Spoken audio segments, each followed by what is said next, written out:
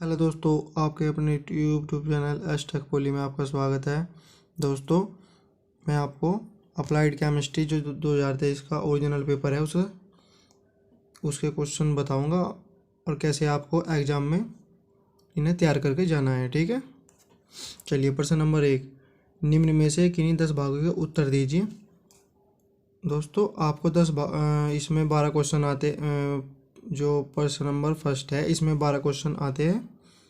ठीक है, और इसमें आपको केवल 10 का उत्तर देना होता है और प्रत्येक 1 नंबर का होता है, यानी प्रश्न नंबर 1 10 नंबर का होता है। ठीक है, चलिए प्रश्न नंबर 1, अगर एल क्वांटम संख्या का मान 2 है तो एम क्वांटम संख्या का मान क्या होगा।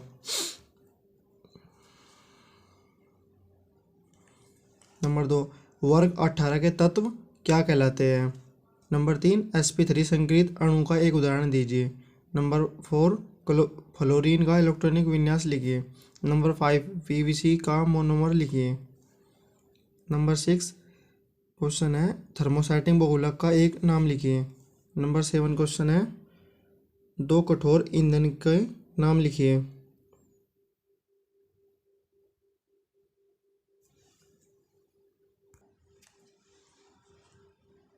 दो कठोर ईंधन के नाम लिखिए। नंबर 8 क्वेश्चन है, जंग का रासायनिक सूत्र क्या है। नंबर 9, फ्यूल सेल में कितने इलेक्ट्रॉन काम आते हैं। नंबर 10, CH3 CHO का IUPAC नामकरण क्या है। नंबर 11 क्वेश्चन है, सीटेन नंबर के निर्धारण में कौन सा यौगिक काम आता है। नंबर 12 क्वेश्चन है, अस्थायी कठोरता को दूर करने में कौन सा तरीका काम आता है। अब प्रश्न नंबर 2 देखते हैं। ठीक है, प्रश्न नंबर 2, निम्न में से किन्हीं 5 भागों के उत्तर दीजिए। आपको 5 भागों के उत्तर देने हैं, प्रत्येक 2 नंबर का है, यानी ये प्रश्न नंबर 2 10 नंबर का है। ठीक है, प्रश्न नंबर 1 है, इसमें आप बाहु का सिद्धांत बताइए। नंबर 2, रासायनिक व न्यूक्लियर ईंधन की तुलना कीजिए। नंबर 3 है, स्थायी व अस्थायी कठोरता में भेद करिए। नंबर 4 क्वेश्चन है, इसमें BOD व COD की परिभाषा लिखिए। नंबर 5, कोयले का आर्द्रता का अप्रोक्सीमेट विश्लेषण समझाइए। नंबर 6, sp2 संकरण उदाहरण सहित समझाइए। नंबर 6, निम्नलिखित के IUPAC नाम लिखिए। इन दोनों के IUPAC नाम लिखने हैं। ठीक है, ये आपके 7 क्वेश्चन है, इसमें से आपको केवल 5 का उत्तर देना है। ठीक है, ये प्रश्न नंबर 2 10 नंबर का है। ठीक है, अब देखते हैं प्रश्न नंबर 3। प्रश्न नंबर 3 में किन्हीं 2 भागों के उत्तर देने हैं। इसमें 5 नंबर का प्रत्येक क्वेश्चन है, 2 भागों के उत्तर देने हैं, यानी प्रश्न नंबर 3 भी 10 नंबर का है। ठीक है, क्वेश्चन नंबर फर्स्ट है, इसमें कठोरता दूर करने की EDTA प्रक्रिया समझाइए। नंबर 2, संक्षिप्त टिप्पणी लिखिए। ये 2 पार्ट है, इसमें A पार्ट है नाइलॉन 66, B पार्ट है बैकेलाइट। इसमें प्रश्न नंबर 3 में थर्ड क्वेश्चन है, वेस्पर सिद्धांत उदाहरण सहित समझाइए। क्वेश्चन नंबर 4 है, निम्न में से किन्हीं 2 भागों के उत्तर देने हैं। प्रश्न नंबर 4 भी आपको 10 नंबर का आता है। ये भी इसमें आपको 2 क्वेश्चन करने आते हैं, प्रत्येक 5 नंबर का होता है। ठीक है, अब प्रश्न नंबर 1 देखेंगे, योगशील व संघनन बहुलक को उदाहरण की सहायता से स्पष्ट कीजिए। दूसरा क्वेश्चन है, इसमें प्रोड्यूसर गैस की रासायनिक संरचना, कैलोरीफिक मान व उपयोगिता बताइए। नंबर 3, हाइड्रोजन इवोल्यूशन से आर्द्र संक्षारण नेट कोरोजन क्रिया समझाइए, यानी विधि समझाइए। ठीक है, क्वेश्चन नंबर 5 देखेंगे, निम्न में से किन्हीं 2 भागों के उत्तर दीजिए। इनमें भी 2 भागों के उत्तर देने हैं, प्रत्येक 5 नंबर का है, यानी प्रश्न नंबर 5 भी 10 नंबर का है। ठीक है, चलिए फर्स्ट पार्ट है इसका, निम्नलिखित के IUPAC नामकरण लिखिए। इसके नामकरण करने हैं, ये 5 पार्ट है ABCDE। ठीक है, और अब देखते हैं इसका प्रश्न नंबर 5 का दूसरा मतलब सेकंड क्वेश्चन, संक्षिप्त टिप्पणी लिखिए। इसमें भी दो पार्ट हैं। ए निर्दिष्ट समीकरण, बी उच्चतर व निम्नतर कैलोरीफिक मान। और उसका थर्ड पार्ट है क्लोरीन यूवी विकिरण व विपरीत परासरण से पानी के स्टरलाइजेशन से आप क्या समझते हैं। ठीक है, ये आपके 5 क्वेश्चन है। ये आपको 50 नंबर के मिलेंगे। आपको जितना क्वेश्चन में दिया है सिर्फ उतना करना है, फालतू नहीं करना है। ठीक है, अब क्वेश्चन नंबर अभी इन्हें मैं सोल्व करवाऊंगा। ठीक है, चलिए शुरू करते हैं।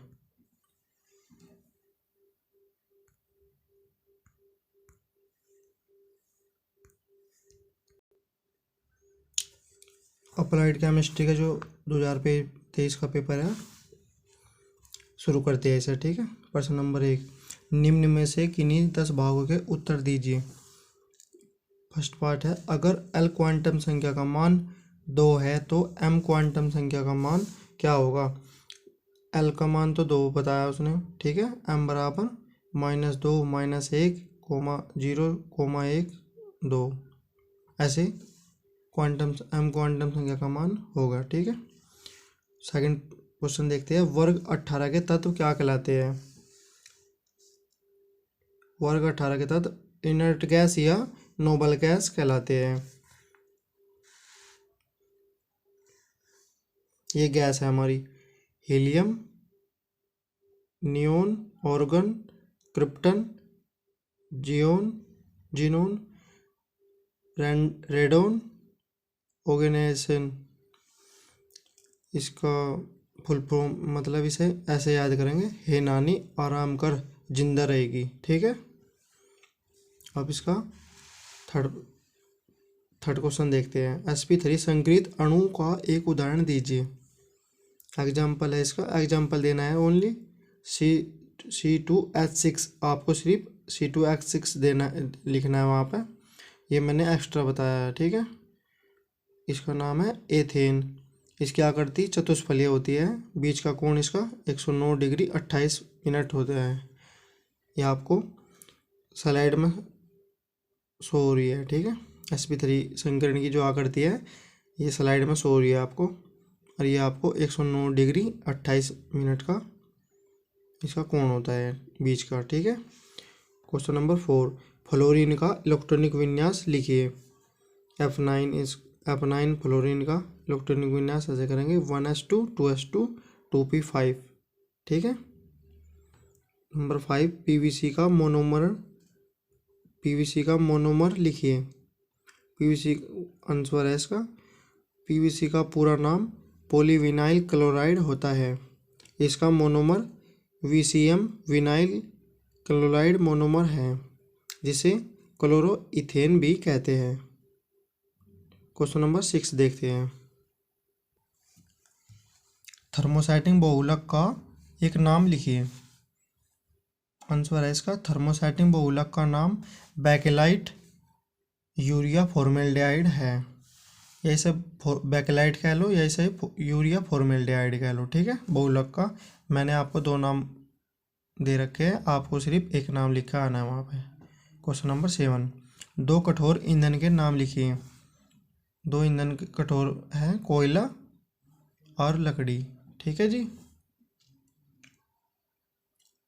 क्वेश्चन नंबर 8, जंग का रासायनिक सूत्र है।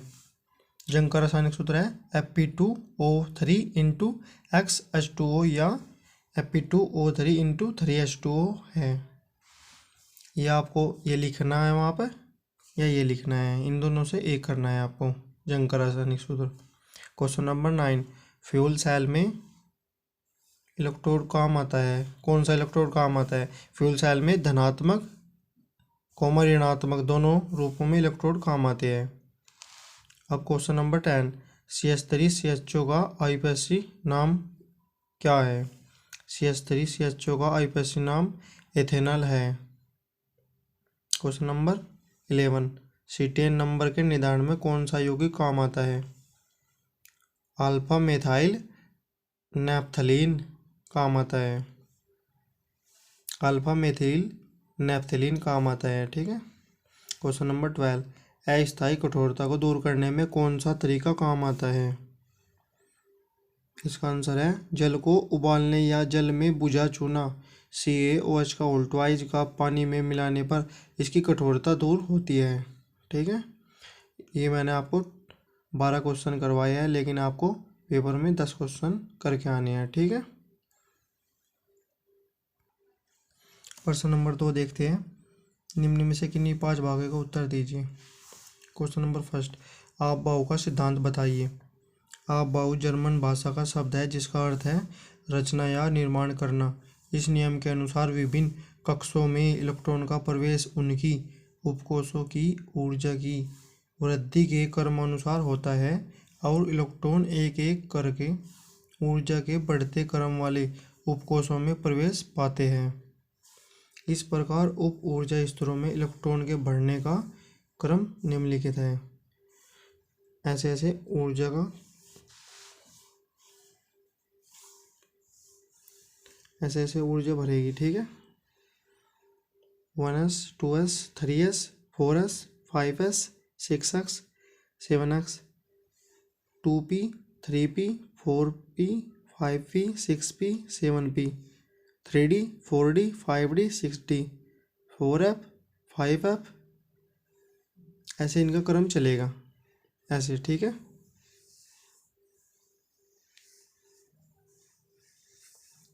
ऐसा इनका क्रम चलेगा। ठीक है, ये क्वेश्चन जो मैं आपको बता रहा हूँ ये सब इम्पोर्टेंट है, इन्हें देख लेना ज़रूर। ठीक है, ये 2023 के ओरिजिनल पेपर में आए हुए क्वेश्चन है। अब प्रश्न नंबर 2 का सेकंड क्वेश्चन देखेंगे। रासायनिक व न्यूक्लियर ईंधन की तुलना कीजिए। रासायनिक ईंधन, न्यूक्लियर ईंधन, दो अलग अलग पार्ट में विभाजित करेंगे।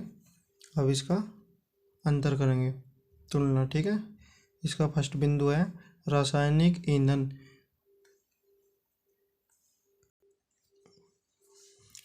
इसका फर्स्ट बिंदु देखेंगे, रासायनिक ईंधन रासायनिक प्रतिक्रियाओं द्वारा ऊर्जा छोड़ते हैं जो कि रासायनिक बंधनों का बनना और टूटना है। एक प्रक्रिया जो रासायनिक पदार्थों के एक सेट को दूसरे में बदलने की ओर ले जाती है। इसका फर्स्ट रासायनिक ईंधन का फर्स्ट पॉइंट होगा। अब न्यूक्लियर का फर्स्ट पॉइंट देखेंगे। नाभिकीय ईंधन, न्यूक्लियर फ्यूल। परमाणु ईंधन उस सामग्री को कहते हैं जिसे विखंडन, फिजन या नाभिकीय संलयन की प्रक्रियाओं द्वारा नाभिकीय ऊर्जा बनाने के लिए प्रयोग किया जाता है। ठीक है, अब इसका दूसरा बिंदु देखेंगे रासायनिक ईंधन का। रासायनिक ईंधन ठोस द्रव गैस में उपस्थित होते हैं। रासायनिक ईंधन ठोस द्रव गैस में उपस्थित होते हैं। ठोस ईंधन लकड़ी कोयला है। द्रव ईंधन डीजल पेट्रोल। गैस ईंधन कोयला गैस जल गैस। ठीक है, अब इसका दूसरा बिंदु देखेंगे न्यूक्लियर ईंधन का। दूसरा पॉइंट, न्यूक्लियर ईंधन में यूरेनियम 235 और प्लूटोनियम 237 सबसे अधिक इस्तेमाल होने वाले नाभिकीय ईंधन है। ठीक है, अब इसका तीसरा क्वेश्चन देखेंगे। स्थायी व अस्थायी कठोरता में भेद करिए यानी अंतर करिए। ठीक है, ऐसे ही इन्हें भी दो पार्ट में विभाजित कर लेंगे, स्थायी कठोरता, अस्थायी कठोरता। अब स्थायी कठोरता का फर्स्ट बिंदु देखेंगे। यह कठोरता जल में कैल्शियम तथा मैग्नीशियम के क्लोराइड तथा सल्फेट आदि लवणों के गुणे होने के कारण उत्पन्न होती है। इसका अस्थायी कठोरता का फर्स्ट बिंदु देखेंगे। यह कठोरता जल में कैल्शियम Ca तथा मैग्नीशियम Mg के बाइकार्बोनेट आदि लवणों के घुले का होने के कारण उत्पन्न होती है। अब इसका दूसरा बिंदु देखेंगे स्थायी कठोरता का। इस प्रकार की कठोरता को केवल जल को उबलकर दूर नहीं किया जा सकता है। इसका दूसरा बिंदु दोबारा देखेंगे। इस प्रकार की कठोरता को केवल जल को उबलकर दूर नहीं किया जा सकता है। अस्थायी कठोरता में इस प्रकार की कठोरता को जल को केवल उबालने मात्र से ही दूर किया जा सकता है। अस्थायी कठोरता को जल में उबालने से ही दूर किया जा सकता है। ठीक है। आप इसका क्वेश्चन नंबर 3 का तीसरा बिंदु देखेंगे। इसे दूर करने के लिए विशेष प्रकार की विधियाँ प्रयोग की जाती है। अस्थायी कठोरता में इसे दूर करने के लिए साधारण विधियाँ प्रयोग की जाती है। क्वेश्चन नंबर 4, बीओडी व सीओडी की परिभाषा लिखिए। बीओडी की परिभाषा देखेंगे पहले।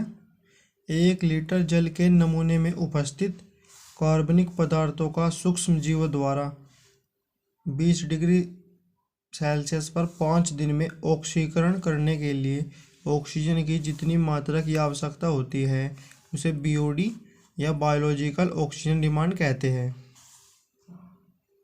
बीओडी को बायोलॉजिकल ऑक्सीजन डिमांड भी कहते हैं। ठीक है, इसकी फुल फॉर्म है बीओडी की। अब सीओडी की परिभाषा देखेंगे। ऑक्सीजन की वह मात्रा जो जल में उपस्थित सभी कार्बनिक तथा अकार्बनिक पदार्थों के ऑक्सीकरण के लिए आवश्यक होती है सीओडी कहलाती है। सीओडी को केमिकल ऑक्सीजन डिमांड भी कहते हैं। नेक्स्ट क्वेश्चन, कोयले का आर्द्रता का अप्रोक्सीमेट विश्लेषण समझाइए। इसका आंसर है कोयले का आर्द्रता नमी। आर्द्रता को नमी भी कहा है। ठीक है, इसका क्वेश्चन देखते हैं। आंसर इसकी मात्रा ज्ञात करने के लिए ग्राइंडिंग मिल द्वारा कोयले को पाउडर आकार में पीसा जाता है। फिर ग्राम कोयले के पाउडर नमूने को 1 घंटे तक ओवन में 104 डिग्री सेल्सियस से 110 डिग्री सेल्सियस तापमान के मध्य गर्म किया जाता है।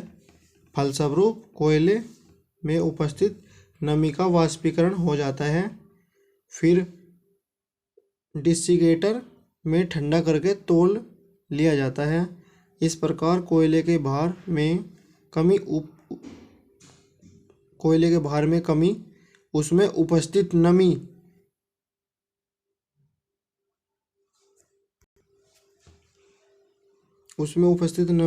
कोयले में उपस्थिति नमी अवांछनीय है, क्योंकि कोयले के ट्रांसपोर्टेशन के अंतर्गत इस नमी को भी ढोना पड़ता है। इसी क्वेश्चन में है, विभिन्न प्रकार के कोयले में सामान्यतः नमी की मात्रा 3 से 30% तक होती है। क्वेश्चन नंबर 6, sp2 संकरण उदाहरण सहित समझाइए। sp2 संकरण, जब संकरण प्रक्रम में एक S व 2 P कक्षक भाग लेते हैं तो उस प्रक्रिया को sp2 संकरण कहते हैं। sp2 संकरण का बंध कोण 120 डिग्री का होता है और आकृति त्रिकोणीय होती है। उदाहरण ऐसे, C पे 2 हाइड्रोजन ऐसे जुड़ेंगे, डबल बॉन्ड C, ऐसे ही 2 हाइड्रोजन जुड़ेंगे। ठीक है।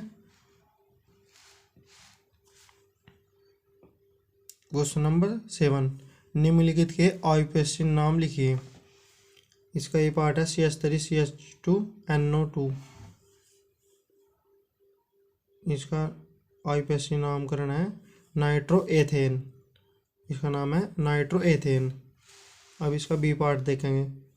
CH3 single bond CH2 single bond CH, एक हाइड्रोजन जुड़ रहा है CH3 CH पे, single bond CH2 single bond CH3।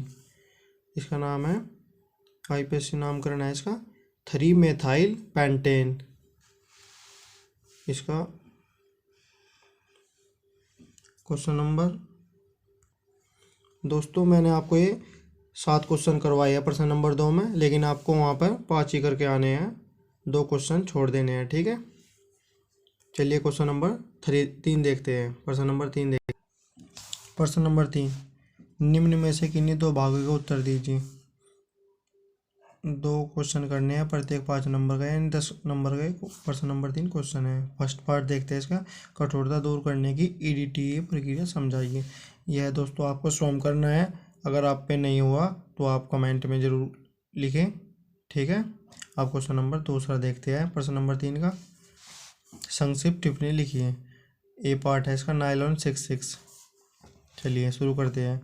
इस सहबहुलक के मोनोमर हेक्सामेथिलीन, डाइएमीन तथा एडिपिक अम्ल होते हैं। इन दोनों मोनोमरों में कार्बन के 6 और 6 परमाणु होते हैं।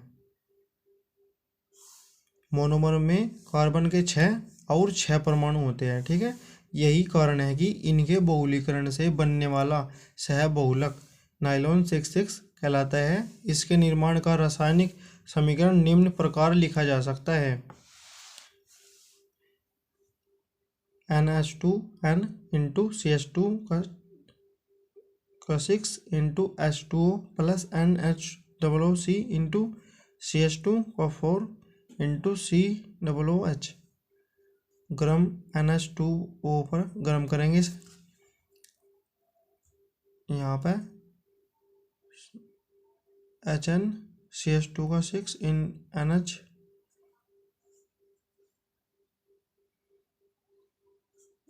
Single bond CO into CH2 का 4 into CO single bond N, यानी इसका नाम तो है हेक्सामेथिलीन डाइएमीन और उसका नाम है एडिपिक अम्ल, ठीक है।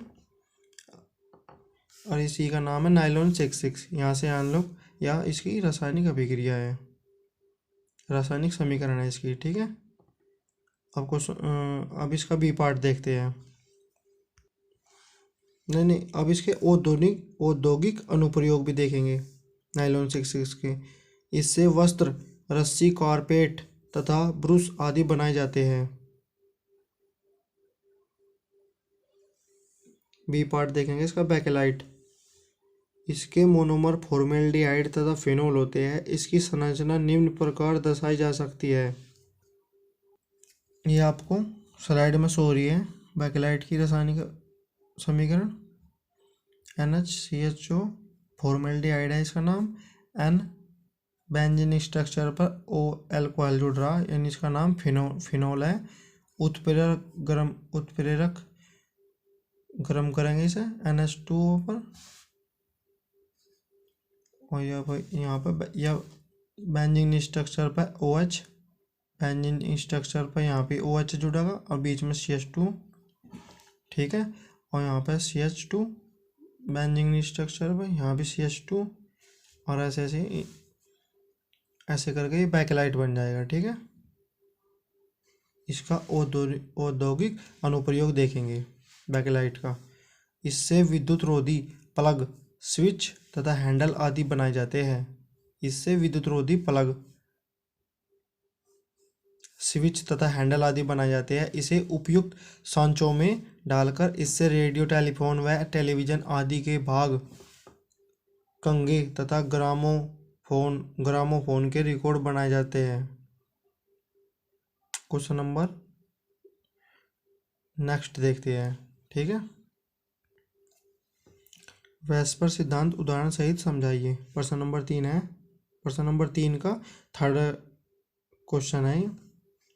वेस्पर सिद्धांत द्वारा उदाहरण सहित समझाइए। वेस्पर सिद्धांत, इस सिद्धांत के अनुसार किसी अणु में केंद्रीय परमाणु, सेंट्रल एटॉम के चारों ओर बंधों की दिशा उस परमाणु पर स्थित इलेक्ट्रॉन युग्मों की संख्या पर निर्भर करती है। बंधी इलेक्ट्रॉन युग्म यानी बॉन्ड पेयर्स तथा एकाकी इलेक्ट्रॉन युग्म लोन पेयर्स के मध्य प्रतिकर्षण के कारण अणु वह ज्यामितीय विन्यास प्राप्त करने का प्रयास करता है जिसमें इलेक्ट्रॉन युग्मों के बीच की दूरी अधिकतम हो जाए और अणु की ऊर्जा न्यूनतम हो जाए। इसके पॉइंट है, यदि केंद्रीय परमाणु के चारों ओर केवल बंधी इलेक्ट्रॉन युग्म यानी बॉन्ड पेयर्स उपस्थित हो तो अणु की ज्यामिति सममित सिमेट्रिकल होगी। इसका दूसरा बिंदु है, यदि केंद्रीय परमाणु पर बंदी एवं एकाकी दोनों प्रकार के इलेक्ट्रॉन युग्म हो तो अणु की ज्यामिति विकृत डिस्टॉर्टेड हो जाएगी।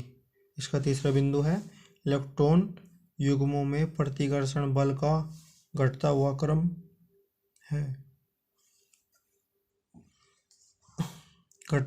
है एकाकी युग्म प्रतिकर्षण, ये घटता हुआ का निशान है। एकाकी युग्म बंदी युग्म प्रतिकर्षण, ये घटता हुआ का निशान है।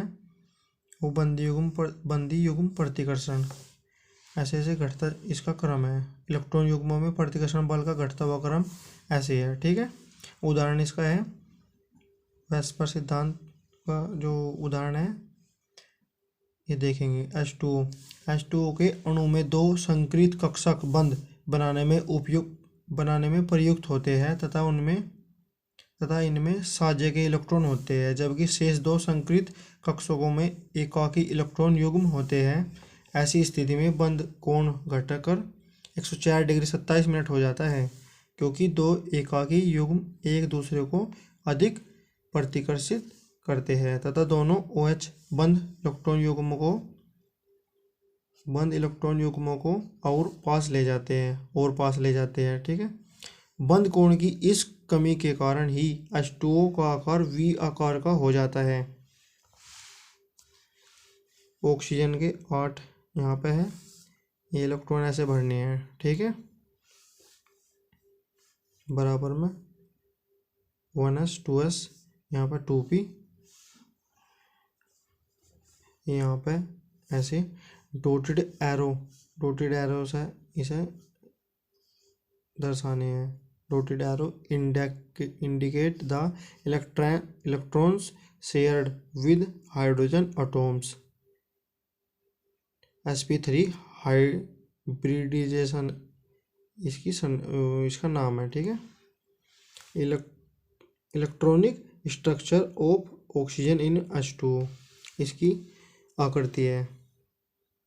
H2O की आकृति इस प्रकार की है, चतुष्फलीय, ठीक है। इसका कोण है 104 डिग्री 27 मिनट। ऑक्सीजन पर दो इस साइड लोन पेयर है, दो इस साइड लोन पेयर है, ठीक है। और यहाँ पे एक हाइड्रोजन यहाँ जुड़ रहा है, एक हाइड्रोजन यहाँ पे जुड़ रहा है। इसका कोण है 104 डिग्री 27 मिनट। चलिए आगे देखते हैं।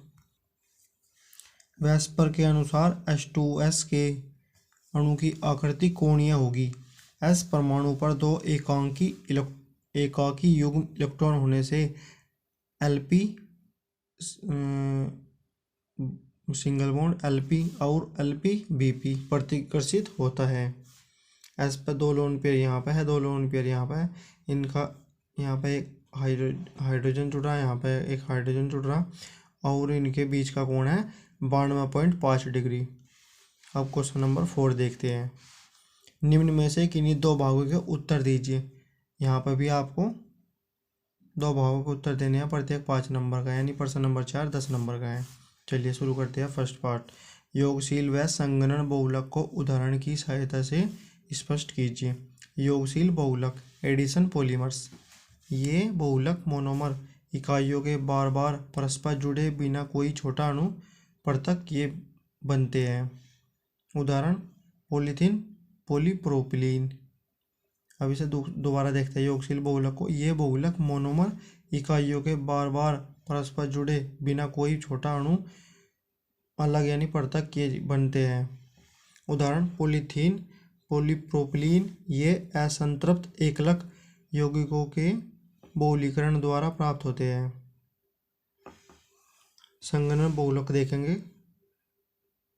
कंपेंसेशन पॉलीमर्स, ये बहुलक एकलक इकाइयों के बार बार परस्पर जुड़ते समय छोटे अणु जैसे H2O, NH2, H2O, NH3, HCl आदि पृथक कर बनते हैं। उदाहरण नाइलॉन 66, टेरिलीन, बैकेलाइट आदि। अब इसका नेक्स्ट क्वेश्चन देखते हैं। क्वेश्चन नंबर 4 का, ये नेक्स्ट क्वेश्चन देखते हैं। प्रोड्यूसर गैस की रासायनिक संरचना, कैलोरीफिक मान व उपयोगिता बताइए। हेडिंग है प्रोड्यूसर गैस, इंग्लिश में भी प्रोड्यूसर गैस ही कहेंगे। चलिए शुरू करते हैं। सामान्यतः निम्न श्रेणी तथा अधिक राख मात्रा वाले कोयले के प्रयोग से प्रोड्यूसर गैस प्रोड्यूसर में बनाई जाती है। इस प्रकार निम्न श्रेणी वाले कोयले का उचित उपयोग संभव होता है। दोबारा देखेंगे इसे। सामान्यतः निम्न श्रेणी तथा अधिक राख वाले कोयले के प्रयोग से प्रोड्यूसर गैस प्रोड्यूसर में बनाई जाती है। इस प्रकार निम्न श्रेणी वाले कोयले का उचित उपयोग संभव होता है। प्रोड्यूसर गैस का ऊष्मामान लगभग 3.5 mg/घन-मीटर यानी मानक होता है। इसमें 14 से 28% तक CO से 18% तक H2, 0.2 से 3.5% तक CH4, 5 से 12% तक CO2 तथा 45 से 60% तक N2 नाइट्रोजन होती है। प्रोड्यूसर गैस की संरचना देखेंगे अब। कार्बन ऑक्साइड और नाइट्रोजन गैस के मिश्रण को प्रोड्यूसर गैस कहते हैं। इसे मैन्युफैक्चरिंग के लिए रॉ मटेरियल यूज होते हैं। इसे उत्पादन के लिए कच्चा माल के लिए प्रयोग होते हैं। ठीक है, यहाँ पर प्रोड्यूसर गैस की यह इस प्रकार की ये डायग्राम है। ठीक है, ये डायग्राम आपको बना के आना है। यहाँ पर सेंट्री, यहाँ पर चार्जिंग होपर है और यहाँ पर ये जैकेट लग रही 1000 से 15000 डिग्री सी फर्नेस है सेल्सियस। और यहाँ पे हॉट वाटर होगा, यहाँ पे राख निकलेगी इसकी, इस साइड से रिमूव हो जाती है और भाप इस साइड से बनती है, ऐसे बनती है। ठीक है, यहाँ पे पंपित हो भाप एयर। ठीक है, अब इसकी रिएक्शन देखेंगे। Reaction C plus air react CO plus N2 producer gas बन जाएगी। ठीक है, कैलोरीफिक मान देखेंगे इसका। उच्च ऊष्मामान, जब किसी ईंधन के दहन पर उत्पन्न जल वाष्प संघनित होते हैं तो इनके कारण मुक्त हुई गुप्त ऊष्मा लैटेंट हीट का मान भी ईंधन के कैलोरी मान में जुड़ जाता है। फलतः ईंधन का ऊष्मामान अधिक हो जाता है। यह ईंधन का उच्च ऊष्मामान होता है। इसे उच्च ऊष्मामान को दोबारा देखेंगे, यह क्वेश्चन इंपोर्टेंट है। जब किसी ईंधन के दहन पर उत्पन्न जल वाष्प संघनित होते हैं तो इनके कारण मुक्त हुई गुप्त ऊष्मा यानी लैटेंट हीट का मान भी ईंधन के कैलोरी मान में जुड़ जाता है। फलतः ईंधन का ऊष्मामान अधिक हो जाता है। यह ईंधन का उच्च ऊष्मामान होता है। क्वेश्चन नंबर इसी का सेकंड पार्ट है। निम्न ऊष्मामान, जब किसी ईंधन के इकाई भार के पूर्ण दहन पर उत्पन्न ऊष्मा में प्रयोग के ताप पर, जब किसी ईंधन के इकाई भार के पूर्ण दहन पर उत्पन्न ऊष्मा में प्रयोग के ताप पर बनी निम्न ऊष्मामान को दोबारा देखेंगे। जब किसी ईंधन के इकाई भार के पूर्ण दहन पर उत्पन्न ऊष्मा के में प्रयोग के ताप पर बनी जल वाष्प को संघनित रूप में न मानकर वाष्प रूप में ही मान लिया जाता है तो ऊष्मामान में संघनित द्वारा गुप्त ऊष्मा के कारण कोई वृद्धि नहीं होती है और यह निम्न ऊष्मामान होता है। प्रोड्यूसर गैस की उपयोगिता देखेंगे अब। इसका फर्स्ट बिंदु है प्रोड्यूसर गैस का उपयोग मुख्य रूप से लोहे और इस्पात निर्माण के लिए औद्योगिक ईंधन के रूप में किया जाता है। इसका बी पार्ट देखेंगे। अधिकतर इसका प्रयोग इस्पात प्लांटों में होता है। इसका तीसरा पार्ट देखेंगे। एचल अंतर्दहन इंजनों के लिए भी यह एक अच्छा ईंधन है। जो प्रोड्यूसर गैस की जो उपयोगिता है, ये तीसरा बिंदु ये बता रहा है। अचल अंतर्दहन इंजनों के लिए भी यह एक अच्छा ईंधन है।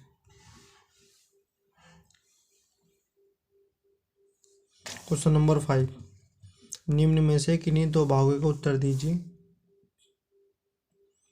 फर्स्ट क्वेश्चन है इसका, निम्नलिखित के IUPAC नाम लिखिए।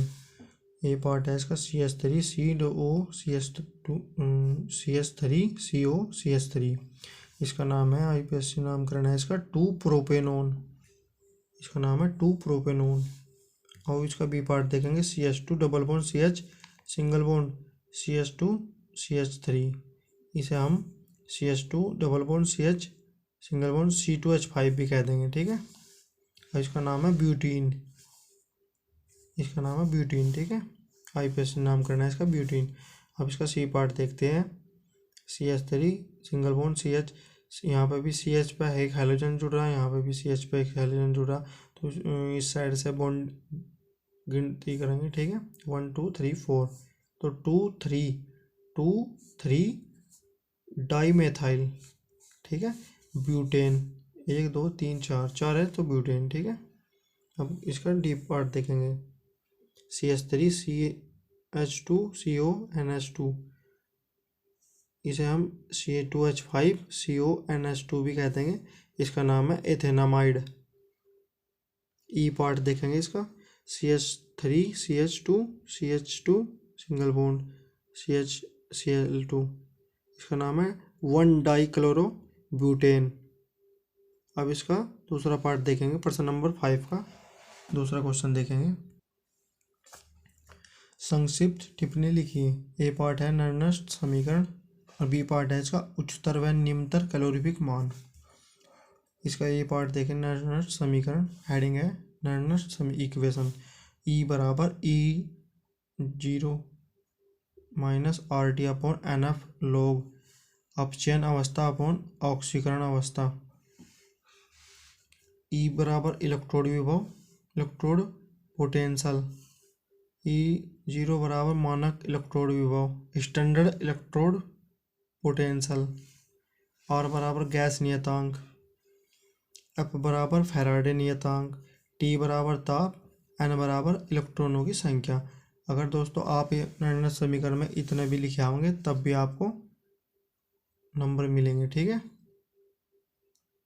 हाँ, अगर आपका क्वेश्चन 5 नंबर का है तो मिनिमम आपको 3 नंबर मिल जाएंगे, ठीक है। चलिए बी पार्ट देखते हैं। उच्चतर व निम्नतर कैलोरीफिक मान।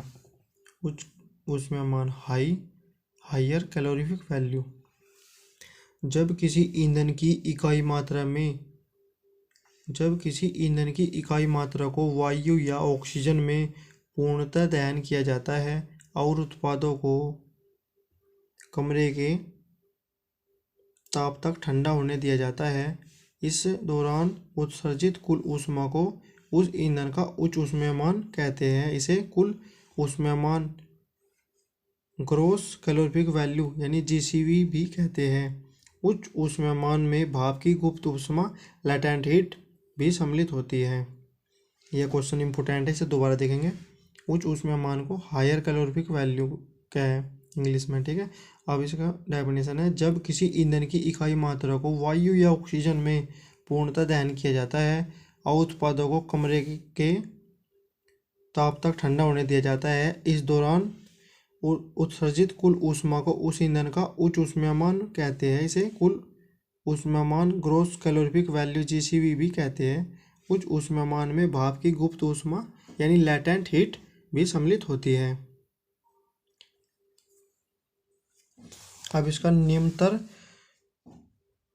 या निम्न ऊष्मायमान लोअर कैलोरीफिक वैल्यू की डेफिनेशन देखेंगे। जब किसी ईंधन की इकाई मात्रा को वायु या ऑक्सीजन में पूर्णतः दहन किया जाता है तथा उत्पादों को निष्कासित होने दिया जाता है, इस दौरान जो ऊष्मा उत्सर्जित होती है उसे उस ईंधन का निम्न मान कहते हैं। इसे नेट ऊष्मायमान नेट कैलोरीफिक वैल्यू NCV भी कहते हैं।